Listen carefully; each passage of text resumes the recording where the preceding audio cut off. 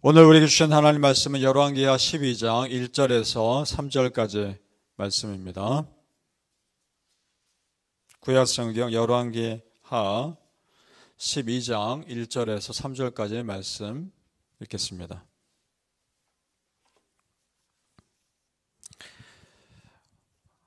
같이 읽겠습니다. 12장 1절에서 3절입니다. 시작.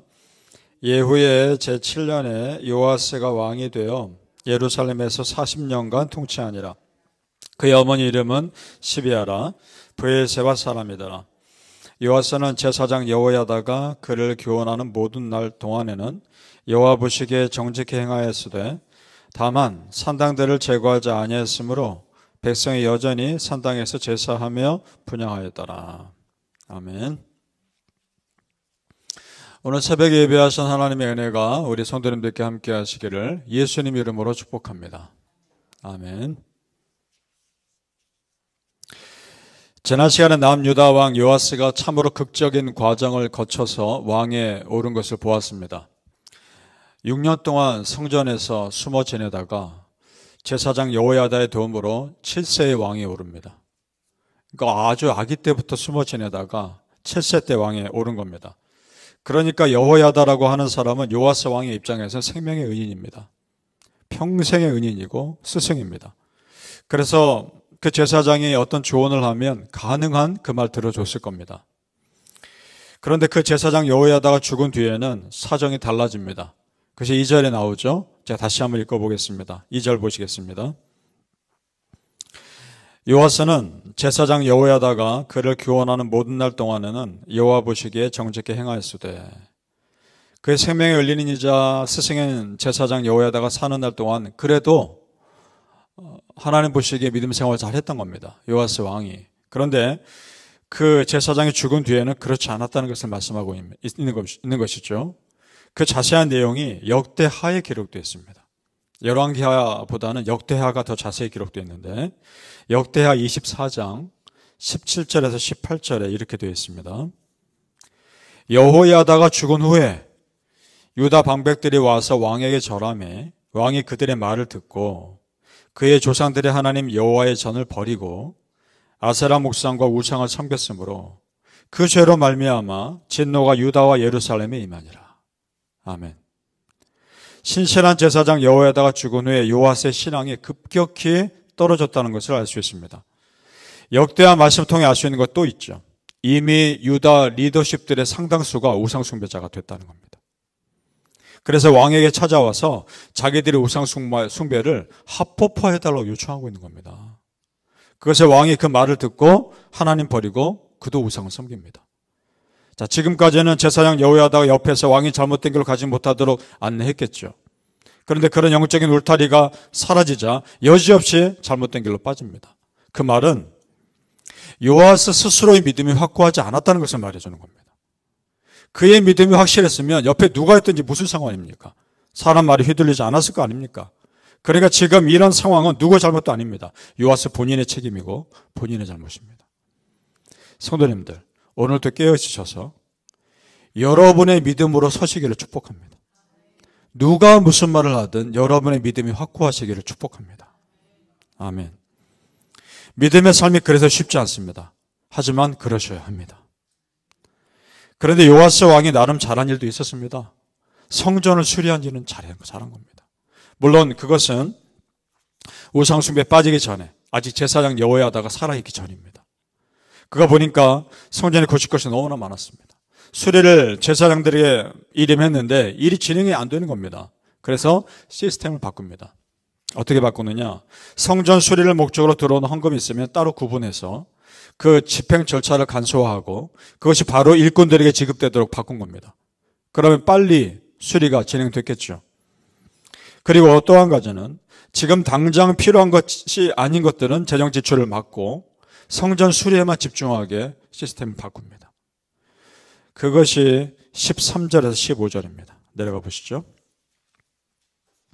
열왕기하 12장 13절에서 15절 같이 읽어보겠습니다. 시작. 여호와의 성전에 드린 그 은으로 그 성전의 은대접이나 불집게나 주발이나 나팔이나 아무 금그릇이나 은그릇도 만들지 아니하고 그 은혜를 일하는 자에게 주어 그것으로 여호와의 성전을 수리하게 하였으며 또 그 은혜를 받아 일꾼에게 주는 사람들과 회개하지 아니하였으니 이는 그들이 성실히 일을 하였습니다. 아멘. 물론 성전 안에서 쓰는 물건도 필요하고 중요하죠. 하지만 그보다 더 급한 것은 성전 수리이기 때문에 거기에 더 집중해서 쓰게 한 겁니다.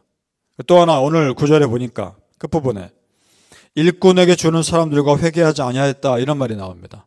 이 말은 일꾼들도 일하는 대가를 주고 일을 맡기면 따로 계산하고 확인하지 않아도 될 만큼 성실하게 일을 했다는 겁니다. 그로 인해 재정의 낭비도 없었다는 것이죠. 자, 성도님들 보셔요. 요아스 왕이 여기까지 모습으로만 남았다면 성전을 수리한 신실한 왕으로 기억됐을 겁니다.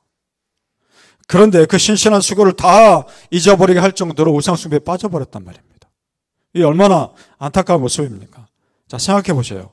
성전 수리의 진심이었고 하나님 앞에서 그만큼 신실했던 사람이 한순간에 우상숭배에 빠져버린단 말입니다. 무너지는 것은 순간입니다. 누구도 여기서는 예외가 아니란 말입니다. 여러분이나 저나 마찬가지입니다. 참으로 깨어 있읍시다. 자신이 극적으로 구출되어 20살 때가 특별한 은혜로 왕이 됐다는 걸 알면서도 그 은혜를 잊어버린 안타까운 모습입니다. 우상 숭배자들의 죽음에서 피해서 살아남은 그가 지금 자기가 우상을 숭배하고 있는 거 아닙니까? 이것을 바라본 하나님 마음은 미어질 겁니다. 바라기는 성도님들, 내 옆에 누가 있든지 사람들의 말에 전혀 흔들리지 마시고 여러분의 굳건한 믿음으로 그 믿음 끝까지 지켜가시기를 예수님 이름으로 축복합니다. 아멘. 전에 하나님 믿는 사람은 과정도 아름다워야 하지만 마무리도 아름다워야 한다고 말씀드렸습니다. 마무리는 더 아름다워야 합니다. 그런데 요아스 왕의 결말은 좋지 않았습니다. 아람 왕이 남유다를 쳐들어와서 전쟁에서 크게 패합니다. 그래서 어떻게 되느냐? 성전 수리를 위해 아꼈던 헌물들을요, 그 이방 왕에게 다 빼앗깁니다. 자, 18절 말씀 읽어보죠. 18절 시작. 유다의 왕 요아스가 그의 조상들 유다 왕 여호사밧과 여호람과 아하시야가 구별하여 드린 모든 성물과 자기가 구별하여 드린 성물과 여호와의 성전 곳간과 왕궁에 있는 금을 다 가져다가 아람 왕 하사엘에게 보냈더니 하사엘이 예루살렘에서 떠나갔더라. 아멘. 자, 보세요. 굉장히 중요한 사건입니다. 이런 메시지입니다. 하나님 앞에서 신실함을 잃어버리면 내가 그 전에 좋은 의도를 가지고 쌓았던 모든 것들이 사라지는 겁니다. 한순간에. 중요한 것은, 따라서 중요한 것은 보이는 것이 아니라 보이지 않는 여러분의 믿음입니다. 믿습니까? 그 믿음 지키셔야 합니다. 왜 요아스 왕에게 이런 일이 일어났을까? 이 또한 역대하에 잘 기록되어 있는데 요아스 왕이 잘못한 것 중에 또 하나 중요한 것이 있는데 그것은 자기에게 바른 메시지를 전하는 사람들을 죽여버렸다는 겁니다. 죽였다는 겁니다. 그 중에 바로 그 여호야다 제사장의 아들이 있습니다.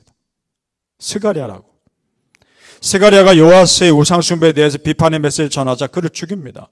역대하 24장 22절에 요아스 왕이 이와 같이 스가랴의 아버지 여호야다가 베푼 은혜를 기억하지 아니하고 그의 아들을 죽이니 그가 죽을 때에 이르러 여호와는 감찰하시고 신원하여 주옵소서 하니라. 신원하여 주옵소서. 어떻게든 원인인지 찾아서 갚아 주옵소서. 이게 됩니다. 하나님이 그 핏값을 지금 그 왕에게 받으시는 겁니다. 그래서 오늘 열왕기하 쭉 읽어가다 보면 그가 반역자들에 의해 죽임당했다고 기록되어 있습니다. 자신에게 은혜를 베푼 여호야다 제사장이 은혜를 잊어버리고 그 아들을 죽입니다. 우상 숭배자에서 건져주신 하나님의 은혜를 잊어버리고 그 우상을 숭배해버립니다. 그 결과입니다. 자, 성도님들, 하나님 다 보고 계시고 다 알고 계시며 순리대로 갚아주시는 분입니다. 믿습니까? 두려운 분입니다. 바라기는 우리 성도님들, 아무리 작은 은혜라도 꼭 기억하시고 그 은혜 기억하며 믿음 지켜 사시기를 예수님 이름으로 축복합니다. 아멘. 기도하겠습니다.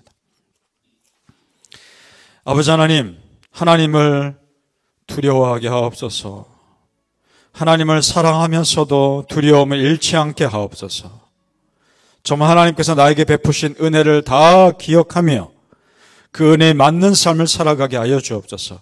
아무리 작은 은혜라도 기억해내게 하여 주시옵소서. 반드시 기억하며 믿는 자답게 살아가게 하여 주시옵소서. 어떤 사람들이 내 옆에 있다 할지라도 절대 그 말에 흔들리지 않게 하시고 내 믿음 굳건하게 지켜나가게 하여 주시옵소서. 하나님 앞에서 내 믿음입니다. 하나님 앞에서 나의 1대1로 서는 것입니다. 믿는 자로 살아가게 하여 주시옵소서. 이 세상에 누가 나를 흔들어도 나는 내 믿음 지킬 것이다. 반드시 그 믿음의 삶을 살아가게 하여 주시옵소서.